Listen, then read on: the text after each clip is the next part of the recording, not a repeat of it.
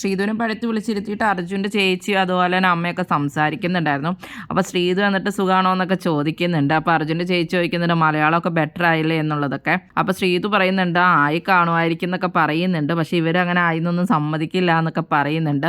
അത് കഴിഞ്ഞിട്ട് ട്രിപ്പൊക്കെ പ്ലാൻ ചെയ്തൂല എന്നൊക്കെ ചോദിക്കുന്നുണ്ട്. അപ്പോൾ റസ്മിനും വന്നിന്ന് സംസാരിക്കുന്നുണ്ട്. നിങ്ങൾ ട്രിപ്പൊക്കെ പ്ലാൻ ചെയ്യുന്നൊക്കെ കേട്ടായിരുന്നു. അപ്പോൾ ചേച്ചി പറയുന്നുണ്ട് വയനാട് പ്ലാൻ ചെയ്ത് ദൂരാന്നൊക്കെ പറഞ്ഞത് ഇടുക്കിക്ക് പോകാമെന്നൊക്കെ പ്ലാൻ ഇട്ടേക്കണൊക്കെ കേട്ടായിരുന്നു എന്ന് പറയും. അപ്പോൾ എല്ലാം പുറത്ത് പോയിട്ടുണ്ടല്ലേ എന്നപ്പോൾ ഇവർ പറയുന്നുണ്ട്. ഞങ്ങളിനി ദുബായിക്ക് പോകാനാണ് പ്ലാൻ ചെയ്തേക്കണേന്നൊക്കെ പറയുന്നുണ്ട്. അത് കഴിഞ്ഞിട്ട് പിന്നെ ചേച്ചി പറയുന്നുണ്ട് ഡ്രസ് കോഡൊക്കെ നന്നായിട്ട് തന്നെ ചെയ്യണമെന്നൊക്കെ അർജുനോട് പറയുന്നുണ്ട്. അതൊക്കെ പുറത്ത് ആളുകൾ നോക്കുന്നുണ്ട് പറയുന്നുണ്ട്. അപ്പോൾ അതുകഴിഞ്ഞിട്ട് പിന്നെ ജിൻഡോ വന്നിരുന്നിട്ടുണ്ട്. അപ്പോൾ ജിൻഡോയുടെ സൂര്യ നമസ്കാരമൊക്കെ പൊളിയായിരുന്നു എന്ന് ചേച്ചി പറയുന്നുണ്ട്. അതുപോലെ തന്നെ അർജുൻ്റെ നീ ആരെന്നും പറഞ്ഞ് ജാൻമണിയുടെ ആക്റ്റും അതിൻ്റെ കാര്യങ്ങളൊക്കെയാണ് ഇവർ ഡിസ്കസ് ചെയ്തുകൊണ്ടിരിക്കുന്നത്.